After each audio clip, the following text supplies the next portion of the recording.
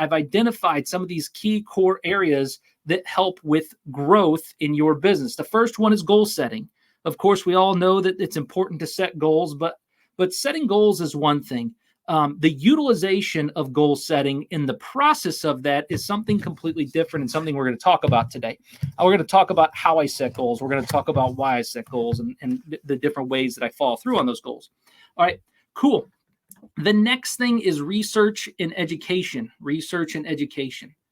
Why is research and education so important to growth? Because if you don't continue to research and educate yourself, there is no possibility for you to identify new patterns, practices, principles, precepts that will guide you into the next step, the next layer. It doesn't allow your brain to wire these new connections. And so you've got to constantly be doing research and education.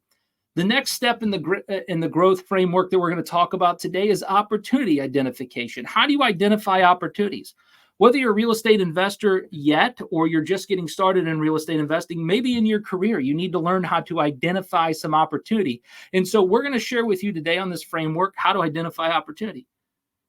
Wealth management. You got to not only be able to do these things, but you also got to be able to grow the finances of an organization. Doesn't do you any good to start off and make a bunch of income and you also don't have any money left over to show for it.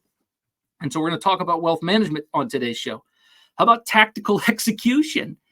Do you actually know how to execute on this growth plan that you've laid out for yourself in order to get yourself to the end result? And yes, we're going to use real estate today. We're going to talk about real estate, but these can be applied to any area of your life. And then we're going to talk about harvesting success today. And if you are looking for a growth plan in order to do these things, goal setting, research, opportunity identification, wealth management, tactical execution, and harvesting success, you are going to want to buy into the show, participate in the show, and ask some questions on the show, because there is a lot of information that will help you achieve what you're wanting to in 2024 if you have a good growth plan.